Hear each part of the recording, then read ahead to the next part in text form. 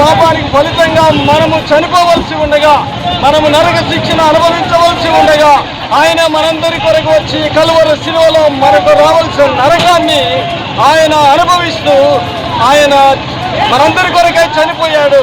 ఆయన ఖర్చు రక్తం ద్వారా మరణాన్ని తప్పించుకునే యోగ్యతను మనకిచ్చినది దేవుని వాక్యం చెప్తుంది. ఆయన చనిపోయి సమాధిలో ఉన్న రక్షకుడు కాదు, ఆయన చనిపోయి తిరిగి లేచిన సజీవుడైన దేవుడు.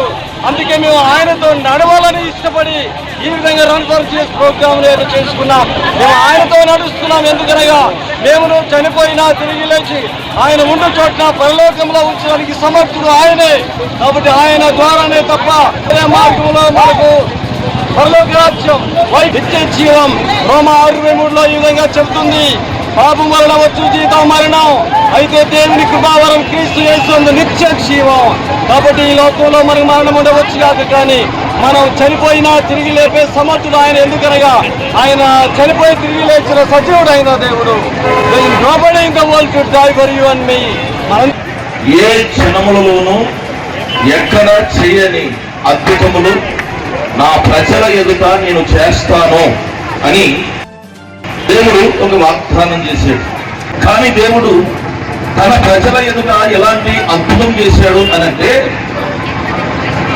సముద్రాన్నే 2 భాగాలుగా చేశాడు. ఆమేన్, హల్లెలూయా.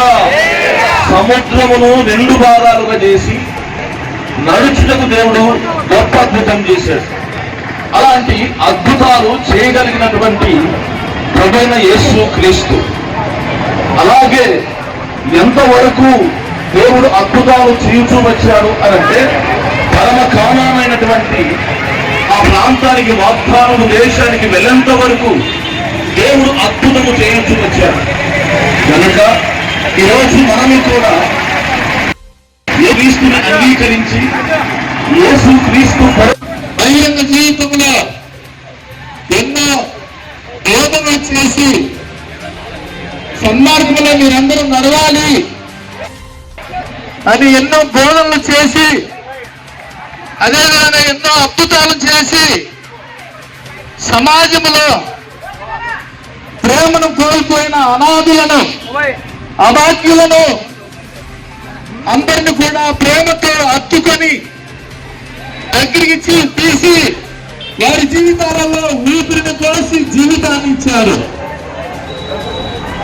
అదే బాధలో అదే తరుణంలో ప్రభు వారు అనేకమైనటువంటి శ్రమలను అనుభవించి, బాధలను అనుభవించి చివరికి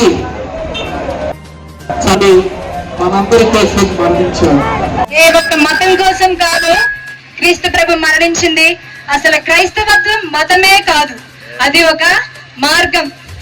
సో అందుకని చెప్పేసి ఈ యొక్క శుభదినాన దైవజనులకు, సహోదరి సహోదరులకు, నా చిన్నారి బిడ్డలందరికీ కూడా నేను ఈ యొక్క శుభదినాన, శుభ శుక్రవార దినాన మీ అందరికీ కూడా మరణించినటువంటి తిరిగి ఉత్థానం కానున్నటువంటి క్రీస్తు ప్రభు పేరిట మీ అందరికీ కూడా శుభములు ఎల్లప్పుడూ, ఇప్పుడు ఎల్లప్పుడూ కూడా శుభములు జరగాలని ఆస్తూ ఉన్నాను.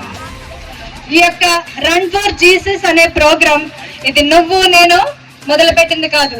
మనకు తెలియకుండే క్రీస్తు ప్రభు ఎవరి ద్వారాగానో ప్రేరేపించి ఉన్నారనమాట. సో అందుకని చెప్పేసి చిన్న పెద్ద తేడా లేకుండా క్రీస్తు కొరకు నేను పరిగెడతాను అని చెప్పేసి ఈనాడు ఎమ్మిగనూరు పొరలకుండా మహాసాగరం లాగా తరలి వచ్చిన మీ అందరికీ కూడా నా యొక్క శిరస్సు వంచి మీ అందరి ముందు ధన్యవాదములు తెలుపుకుంటున్నాను. కొన్ని వందల సంవత్సరాల క్రితమే పునీత పౌలు గారు పందెమ బహుమానం గెలుచుకునేంత వరకు కూడా నా యొక్క పరుగు పందాన్ని నేను ముగించను, అది గెలుచుకోవాలి.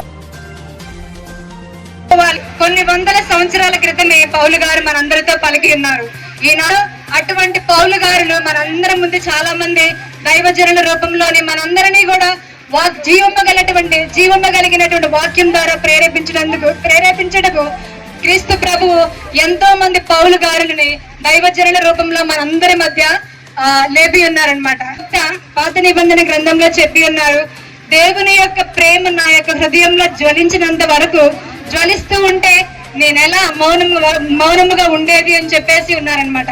సో అదే వాక్యం అదే జీవము కలిగినటువంటి వాక్యం ఈనాడు నీలోని నాలోని ఈ మహాసాగరం లాగా తరలించినటువంటి ఎమ్మిగనూరు క్రైస్తవులందరిలో కూడా ఆ యొక్క జ్వాల ప్రజ్వరిల్లుతూ ఉందని నేను నమ్ముచూ ఉన్నానన్నమాట. క్రీస్తు ప్రభు ఏ విధంగానైతే మన కోసం జన్మించి, మన కోసం జీవించి, మన కోసం మరణించి అంతటితో ఆగిపోలేదు, తిరిగి 3వ నాడు పునరుత్థానం అయినారనమాట.